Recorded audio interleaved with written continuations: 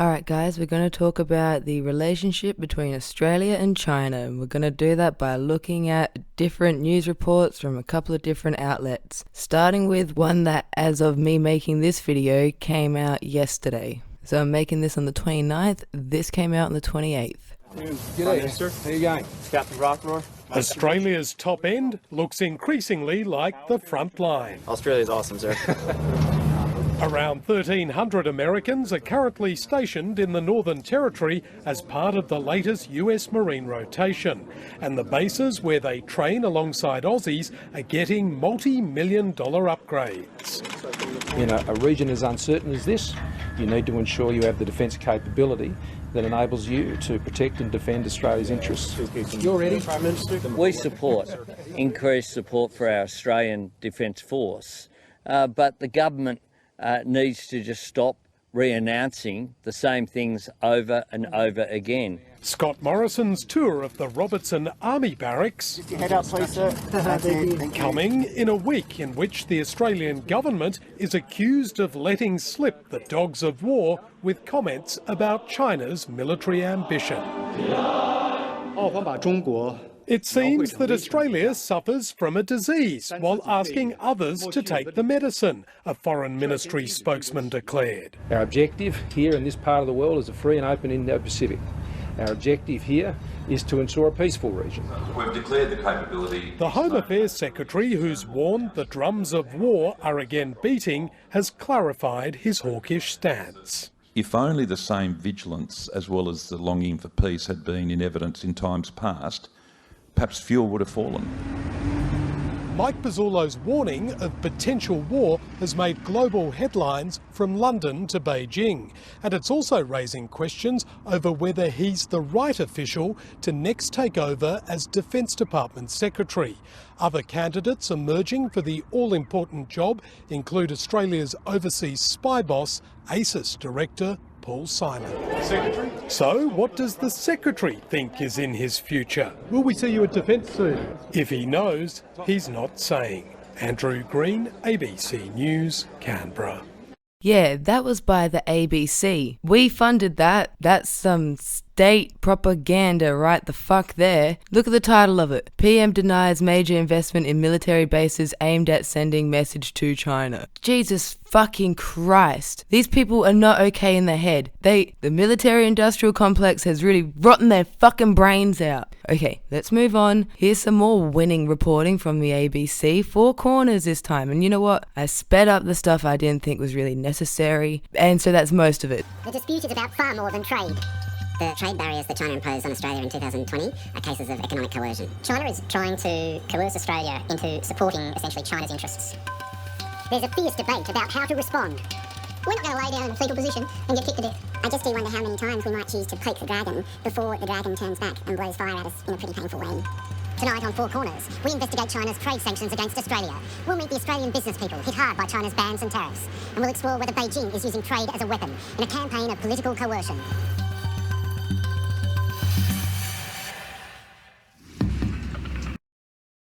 Don't worry, there won't be much of this. And yeah, the squeaky voices is what kept me from getting too mad.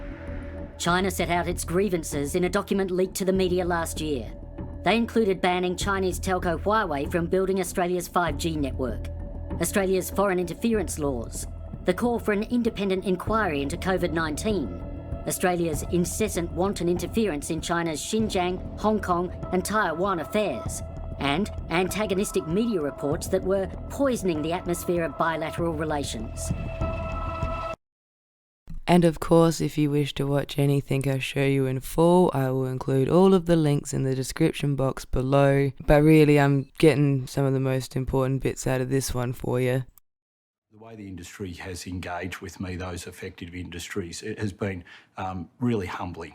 That some of those industries are hurting quite significantly, but they understand that Australia's sovereignty is incredibly important, that we have to pursue our national interests in a country-agnostic way.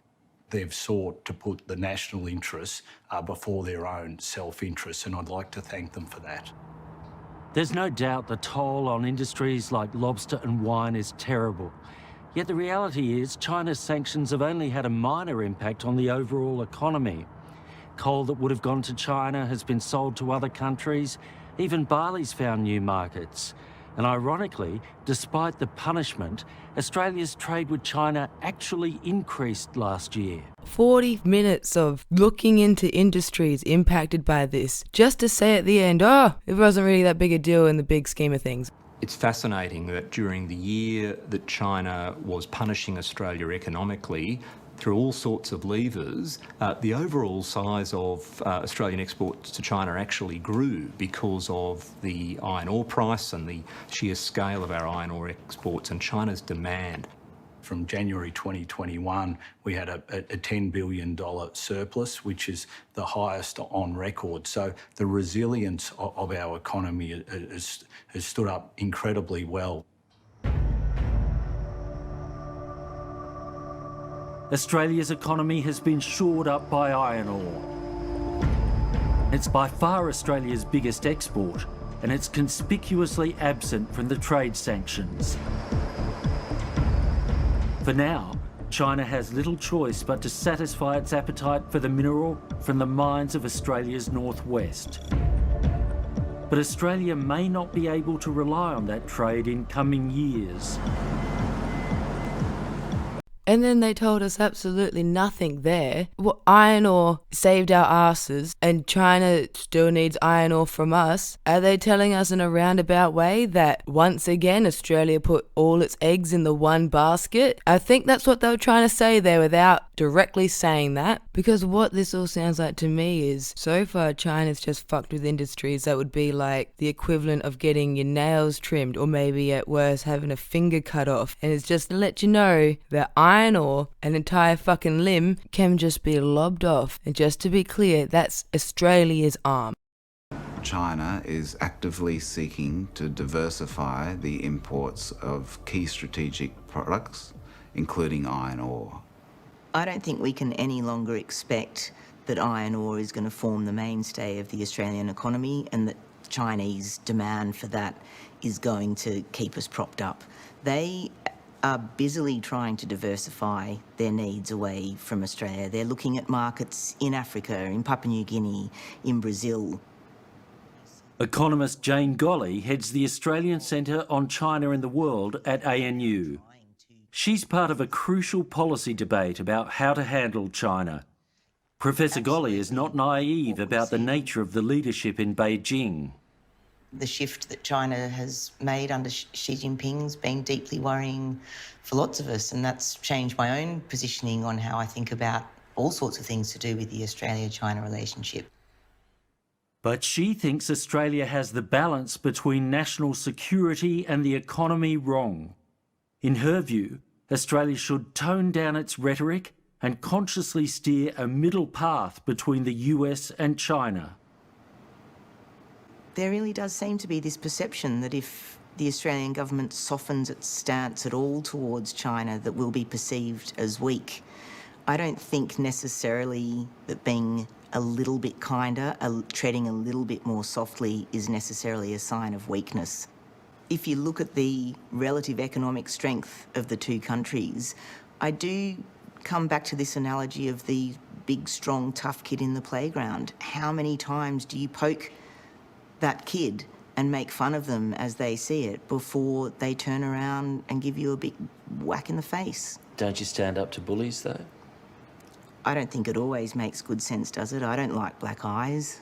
Who the fuck does the guy think is the bully in her little analogy there? Because I was following her perfectly until he opened his mouth and said, "You gotta stand up to bullies though, don't you?" Who does he think the bully is in that situation? Or the big guy just because he happens to be big? Or the person who's fucking harassing them by poking them? Across the ANU campus, former diplomat and intelligence analyst Rory Metcalf sees it very differently. Every concession that Australia makes will be pocketed by the Chinese government and will set a precedent for our own future and for the future of other countries.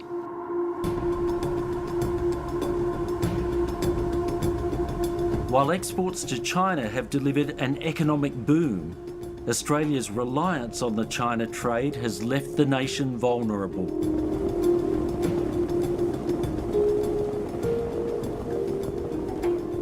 I think this rude awakening came that it was not a sustainable approach for Australia to rely so deeply on the economy and the political system of the People's Republic of China, while at the same time preserving our interests, values and identity as a multicultural liberal democracy.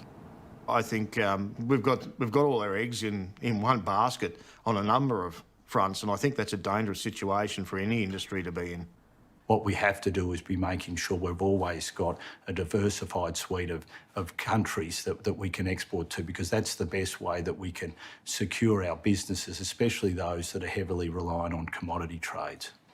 I don't think anyone would question that diversification away from the Chinese market makes really good sense in theory, and particularly if we're going to see more examples of them targeting key sectors and inflicting damage on them. The question is, who can we diversify to? Oh my fucking god. Or at least someone said it. Yeah, Australia's problem is always putting our eggs in the one fucking basket, no matter what sort of eggs we're talking about, and that no one could foresee that that could be problematic down the track, especially if you keep trading with like the one country and they buy all your shit, and then something goes south with that country and they don't want your shit anymore. That could really fuck over your economy, isn't it? Oh! Australia has shown remarkable resilience in the face of the economic pressure, but producers still fear retaliation. For all those who've spoken to us, there are far more unwilling to speak out. They're afraid of reprisals if they offend China, and there are others still who don't want to say how much business they're doing with China, fearing a backlash at home. That's the level of tension this situation has caused. As we travelled around the country, speaking to people hit by China's sanctions, the list of industries kept growing. Timber, cotton, copper, coral trout, and there may be more pain to come. Australia is the perfect country for them to target because of our dependency on them and because we've been so vocal about the things that we don't like them doing. I think that means they're using us as an example to show the rest of the world just what will happen to your economy if you continue to poke the dragon. So we're stupid enough to put all our eggs in the one basket, and what have we been vocal about them doing that we don't like? Oh, we'll discuss that further along in this video, because it's not what you want it to be. I'll say that much. It has backfired so far on China in that Australian policy positions are not shifting, Australian public opinion is turning against China and the Chinese Communist Party, and the rest of the world is watching this situation and thinking, what can they do to prepare themselves against this kind of onslaught against their own values and interests. In every way then, I think the Chinese coercion against Australia so far is not working. These are good reasons for Australia to hold its ground. Don't poke the dragon, don't be gratuitous, but don't back down either. Yep, most of that was just people in the impacted industries talking about how it's been for them, how they can't move their wine or their lobsters. And now let's quickly acknowledge that entire fucking Four Corners episode. Didn't hear any mention of human rights violations, no sort of camps. It was all about trade. It's just about industries that were very dependent on China. And yes, that was from the other day, the 26th of April. And would you look at the title of it? Why is China punishing Australia? The human impact of the trade war. Four Corners. Okay, so we're getting punished via trade because they don't want to buy our shit anymore. Alright, noted. Where it really seems like a lot of the damage is done by putting all of your eggs in the one basket and being that dependent on the one buyer for whatever you're selling. Now I want to show you something said by Potato Peter Dutton the day before this Four Corners episode came out. And yeah, what a hell of a thing to say on Anzac Day of all days. I don't think it should be discounted. I think China has been very clear about the reunification, and that's been a long-held objective of theirs. And if you look at any of the rhetoric that's coming out of China from spokesmen, particularly in recent weeks and months in response to different suggestions that have been made, they've been very clear about that goal. And I just think people need to be realistic about the activity. When there's militarisation of bases across the region, obviously there's a significant amount of activity, and there's an animosity between Taiwan and China. And for us, we want to make sure that we continue to be a good neighbour in the region, that we work with our partners and with our allies, and nobody wants to see conflict between China and Taiwan or Are there red anywhere lines else as in the far as region. Australia is concerned? Well, David, I just think at the moment the most important thing for us to concentrate on is continuing those good relations. We have good relations with a number of countries, including China, very important trading partner.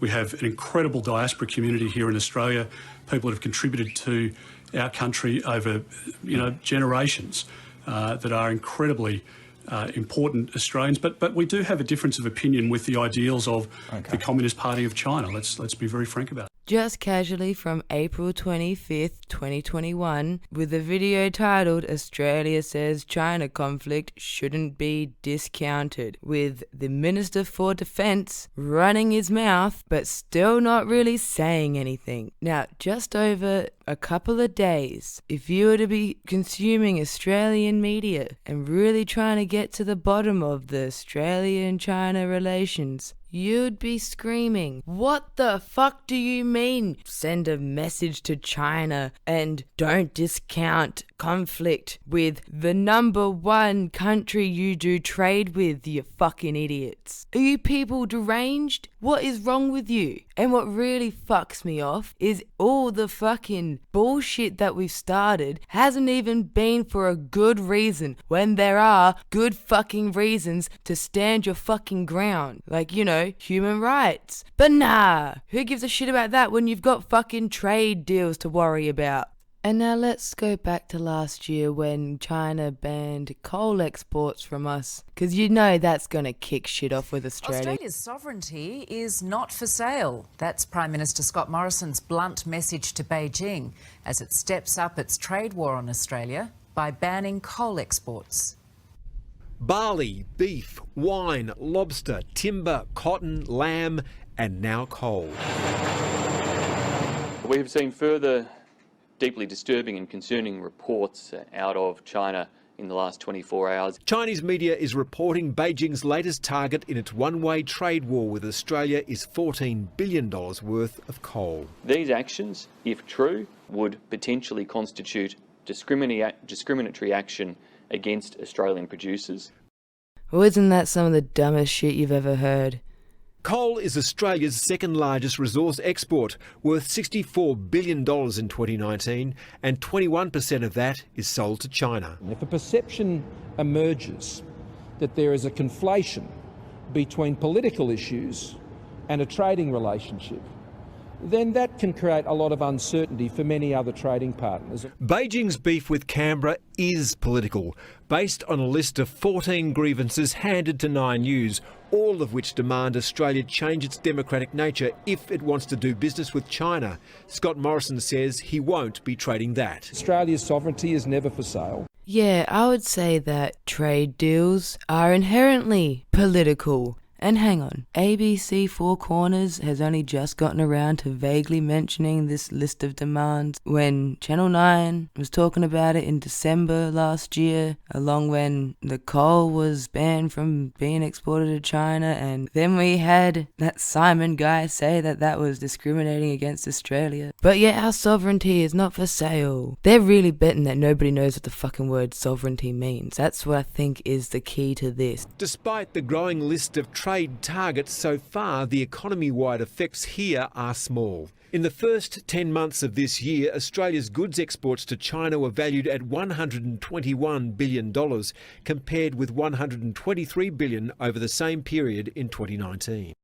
I know we're talking about billions and that's a huge fucking number, but if we just look at 123 and 121, the number difference is 2. Yeah, 2 billion still a lot, but 2. Are you really having a cry about $2 billion worth of trade during the period of 2019 and 20? I just might chuck this out there, guys, but if you didn't know, there was a global pandemic. That might have gotten in the way of the usual operations. Forgive me, guys, I get overly sarcastic when I'm mad. Now let's try and get through this. There's a few more clips I want to show you. Labor agrees the fault for the bans lies with China, but says the government needs to find a diplomatic solution. We're having a game plan for a much more assertive China on the world stage, working with allies and aligned nations to deal with this. Beijing's thuggish diplomacy could backfire because it's making enemies all around the world, and that's driving nations to forge new alliances and ponder how they push back.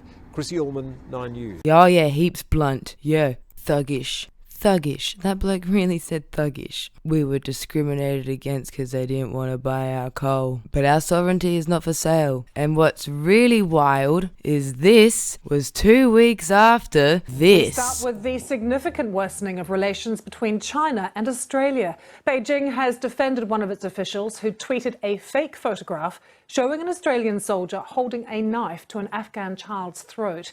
The tweet containing the faked image was posted on a government account, and as you can see here, Twitter has put a warning of sensitive content on the tweet. It does still allow people, though, to click and see the image, which we've pixelated out the disturbing scene here. The image prompted an outcry in Canberra, with Prime Minister Scott Morrison demanding the tweet be deleted. He's also asked for an apology from Beijing. This is what Mr. Morrison told a media briefing. The post made today, the repugnant post made today, of an image, a falsified image, of an Australian soldier threatening a young child with a knife, a post made on an official Chinese government Twitter account, posted by the Deputy Director General of the Ministry of Foreign Affairs, Mr. Lijian Zhao, is truly repugnant. It is deeply offensive to every Australian. I remember what I said back when this happened, back when I saw this clip of this stooge saying that. Our fucking idiot Prime Minister is really gonna Barbra Streisand effect a edited fucking picture that was used to troll us by a country with like the most restricted internet that are currently carrying out ethnic cleansing. A country with camps with millions of people in there. You're gonna let them troll us about war crimes? Really? You're just gonna, at best, bring more attention to it, which not just only brings attention to us being trolled by China, but also the fucking war crimes, when it seemed like the least you wanted to do as Prime Minister is not draw attention to either of them, to demand an apology. Most stern words this dickhead has said. Prime Minister Scott Morrison says defence spending will hit 2% of the nation's GDP in the next financial year. The Prime Minister will unveil the government's 2020 defence strategy today. $270 billion will go towards upgrading Australia's defence capabilities over the next decade. Australia will shift its defence focus to the Indo-Pacific region after more than 10 years in the Middle East. 800 new defence jobs will be created as the government seeks to invest in long-range strike capacity, including new anti-ship missiles. We are living in a time of increasing uncertainty and complexity, and COVID-19 has only accelerated all of those issues. We are one of the largest defence spenders in our nation's history other than in wartime, and as Senator Molan will know, because he was the champion of the 2% target before we came to government in 2013. We're going to hit that target. We're going to hit it the next financial year, and we're going to hit it well ahead of time. And that means that by allocating such high levels of investment to our defence, then we can meet these threats that Australia is facing. Yep, and this is from July 2020, when he decided to announce a $270 billion weapons package. And I guess that's why Albanese said in that first video, why do you keep announcing the same shit? Oh, here's his proper announcement about the spending. Even as we stare down the COVID pandemic at home, we need to also prepare for a post-COVID world that is poorer, that is more dangerous, and that is more disorderly. My government is making a further commitment to better position defence to respond to rapid changes in the environment that I've noted. This will see capability investment grow to $270 billion over the next decade. It will expand our plans to acquire sophisticated maritime long-range missiles. air-launched strike and anti-ship weapons, as well as additional land-based weapons. That's right, that's what we're going to do. We will also invest in more highly integrated and automated sensors and weapons, including potential development of hypersonic weapons. I remember when they first announced that $270 billion on weapons, because it was shortly after that Royal Commission into the bushfires that had the recommendation to get more firefighting aircraft, and they ignored that recommendation. Like, oh, you're not going to get more fucking firefighting aircraft, but you're going to get some hypersonic weapons or some shit. Oh, okay, mate. And now just to show that Al Jazeera seems to keep doing a better job on covering Australia than Australia does, let's just quickly compare. Why has Australian-China relationships turned sour? To why is China punishing Australia? The grapes of wrath. China imposes steep tariffs on Australian wine in a worsening diplomatic dispute. Australia accuses Beijing of bullying. So why has their relationship turned so sour? This is Inside Story.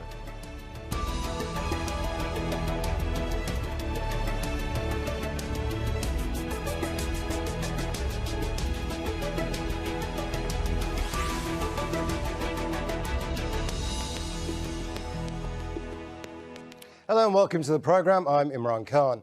Ties between Australia and China are unravelling fast. Beijing's banned some imports and placed steep customs duties on other products. The latest is a tariff of up to 212% on Australian wine. China is Australia's biggest trading partner and says it's a measure against dumping to protect its own wine industry. But Australia believes the reason's political. The government has criticised China's handling of COVID-19 as well as its treatment of minority Uyghur Muslims in Xinjiang and the crackdown on opposition protests in Hong Kong. China's decision today to impose tariff on the wine industry is deeply disappointing and disproportionate. And in light of their recent comments, it would give the perception that these imposing of these tariffs are relating to other matters rather than any wrongdoing by the wine industry. If that is the case, that would be in contravention of the trading rules that Australia undertakes with all nations that we have free trade agreements and expect to be treated in return. China's blaming Australia for the deterioration. I think Australia should undergo a deep introspection. They should first reflect on whether they have respected China's interests. For some time, some people in Australia have been tenuously clinging to their Cold War mentality and ideological bias. They repeatedly made wrong statements and actions on issues concerning China's core interests. This is what led to the sharp decline in China-Australia relations and what got them into such a difficult state. Tension's been building for years. In 2017, Australia announced laws to curb foreign interference after accusing China of attempting to meddle in its politics. A year later, the nation was the first to publicly restrict use of the Chinese tech giant Huawei, citing national security reasons. And in April, Australia supported an international probe into the origin of COVID-19 that was first detected in the Chinese city of Wuhan. Then, shortly after, China imposed tariffs on Australian barley, suspended beef imports, and launched an anti-dumping inquiry into Australian wine. Beijing also cautioned Chinese people against going to Australia, citing racist incidents over the spread of COVID-19. See, how much more informative was that than what Four Corners presented? And the only critique I have of that timeline, the only way I reckon that could have been improved, was if they included when Australia's politicians actually became vocal publicly about the camps, about what's happening to the Uyghur Muslims. Because I'm pretty sure that is really recent, like since the coronavirus is what I'm saying. But how long have they known about it? Well, probably just as long as anyone else that's known about it. Because here is something that I thought was insanely spot on. Shout out to the person that asked this question, because this is from Q&A from July the 11th, 2019. The title of it is China's Uyghur Muslims, Trade Relations versus Moral Conscience. And then after this, I'm going to give you my final thoughts on it all. Hello. So, over 1 million Uyghur Muslims are being held in internment camps in China at the moment, with new reports describing the forcible removal of children from their families. considering that Australia has imposed autonomous sanctions on countries like Zimbabwe, Myanmar and Syria for human rights abuses in the past, do you think that there is more we can do to prevent further systemic violence against this ethnic minority, or do our trade relations trump our moral conscience? I will start with our non-politicians. Tom. Well, I generally feel your pain. On my Radio National program, I've had a few segments dealing with the besieged Muslim population of northwest China. And it's not just a question for the government, it's also the media. How often do you see this issue raised on the front pages of newspapers? It's hardly raised, I find. And it's quite extraordinary given the systematic repression of these poor souls in a brutal authoritarian regime. Now, with respect to your question, human rights is a very noble and powerful impulse, one that shouldn't be casually dismissed. And for human rights activists like Diana, they're a cause. But for governments, human rights are one of many interests that they have to take into account when they deliberate on foreign policy, such as stability, order, prosperity. They're moral values too. So in the course of making foreign policy, governments will base their decisions according to the circumstances, and no one in their right mind is suggesting that Australia join some sort of economic embargo on China to punish them for the way they're treating the Muslim population. It's a tough issue. But this is one of the dilemmas, getting back to the original questions we were raising at the start of the show, about how we deal with our largest trade partner. How tough can we be with it? Yana. I would suggest a lot tougher, Tom, absolutely. The 1 million Uyghur Muslims that are in re-education camps, akin to concentration camps, are having to renounce their faith, having to be arbitrarily detained, separated from their families. Some of them are amounting to torture, the way that they're being treated. Again, Muslims suffering in our region, and we're not saying anything really, we're remaining silent. Again, with Myanmar as well, with the Rohingya Muslims there, where Australia continued to aid and support and train the Myanmar military, where there was an ethnic cleansing campaign of Rohingya Muslims there. I mean, what is it going to take for Australia to actually take a moral and principled stance on human rights? I get your point, Tom, but human rights underpins the stability of every nation. If they don't have that, then that country is not something that we should be engaging with, and we should be using all of the levers that we have to try and influence for positive change. Because how many more Uyghur Muslims, over 1 million now in China, how many more Rohingya Muslims need to be displaced from their homes? We're talking about people here again. Men, women and children being displaced from their homes. But how can we be effective and not just merely feel virtuous? What can we actually do to change Let me throw that question to Hugh, because I want to hear from the other panellists as well. Go ahead. Well, I think the question, you framed the question exactly the right way. On the one hand, we have a very deep and passionate, really, anxiety about what's happening, for example, to the Uyghurs. On the other hand, we have a relationship with China which just about defines our economic future. You know, if you ask the average Australian, what's our economic future? The answer is China. And one thing we can be pretty sure of is that decisive action by Australia on the Uyghur issue would have immense economic consequences for us. And that's what these guys do for a living. They strike that balance. And against a country like Zimbabwe, that doesn't matter much to us economically, it's easy. Against a country like China, and I don't want to sort of trivialise this, but our economic relationship with China relates to the economic well-being of just about everyone in this room, everyone watching. It is a huge issue. It's a terrible issue, actually. But I've got to say, pessimistically, I think the chances that anything Australia would do would actually make any difference, no matter how radical our steps were, are very low. That doesn't end the moral conversation, but it's certainly part of the moral conversation. It leaves me very gloomy about it. Penny Wong. Well, first, as a sort of overarching principle, your foreign policy should be an expression of your identity, your values and your interests, and it is a question of ascertaining what is the right path through all of those propositions. Second, in relation to the Uyghurs, that has been raised.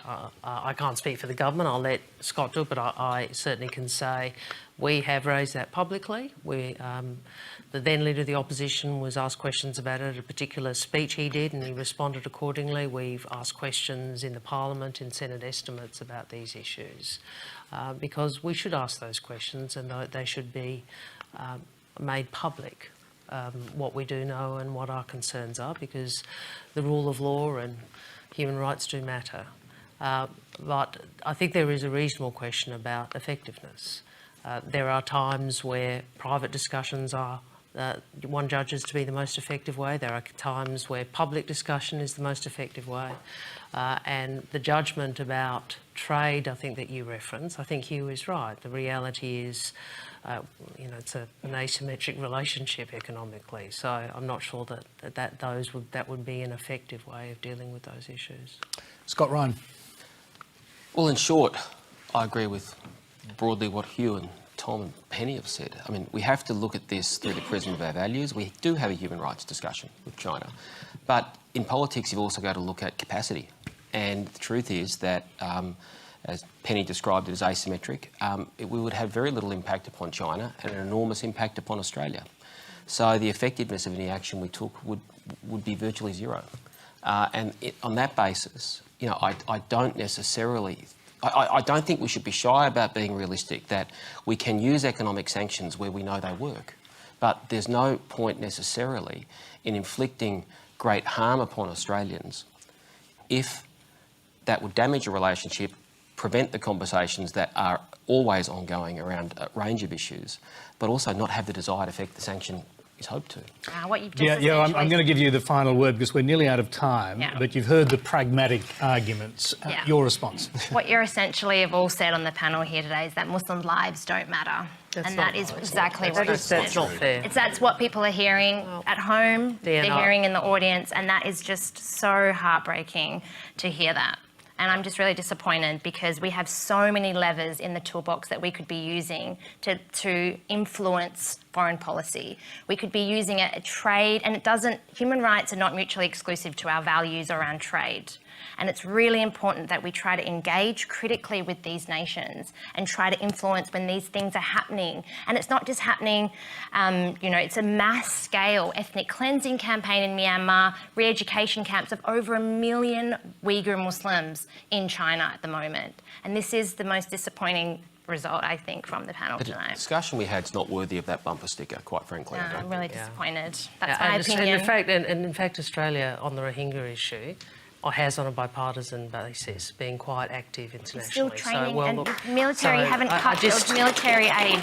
Yeah, I understand your point, but I don't think it was a reasonable proposition to put to us that somehow certain lives don't matter. All that's what I'm hearing, and that's what people at home are hearing. That is not what I am saying. Like how the guy from the panel says, when do you ever hear the media talking about this? Still never hear them talk about it. But it's probably because the media is too busy talking about what military bases we're funding. That's not meant to be sending a message to any particular countries, which happen to also be one of our biggest trade partners. Wouldn't do that, because then the same media outlets will also have reports about how we are being punished by that country. So I bet the people on that panel that were saying you would have to be out of your mind to suggest doing anything that could impact the economy in the name of human rights. Why would you jeopardize Australian businesses and Australians' livelihood for something like human rights? We'll just jeopardize it for nothing. And when you're trolled on Twitter by a country that's performing an ethnic cleansing about war crimes committed by your military, you don't bring attention to the ethnic cleansing where if Scott Morrison wanted to go get angry about that picture on Twitter, I would have backed the dude up if he just came out and said, shut the fuck up, you are currently performing an ethnic cleansing. But no, what did he do? Have a cry, call it repugnant, and ask for an apology. So we've gotten ourselves in a situation where we're crying about them trying to start a trade war, and then you've got Australia then talk about fucking real war. And still, what is happening to the Uyghur Muslims in China is still absent from the conversation. The bottom line is, if Australia wanted to be that little annoying dickhead that kept poking at someone who has a whole lot more fucking power than you in every fucking way, you could have at least done the decent thing and have a noble reason to do it. Like, let me just make this very clear, everybody. Just don't even worry about military. We're just going to go by population of entire countries, right? If you get all of Australia, which is fuck all, and all of America, a bit more, a considerable amount more than Australia, you combine us. Now, you won't really even notice Australia is included into America, right? Yeah, China still has 1 billion more people.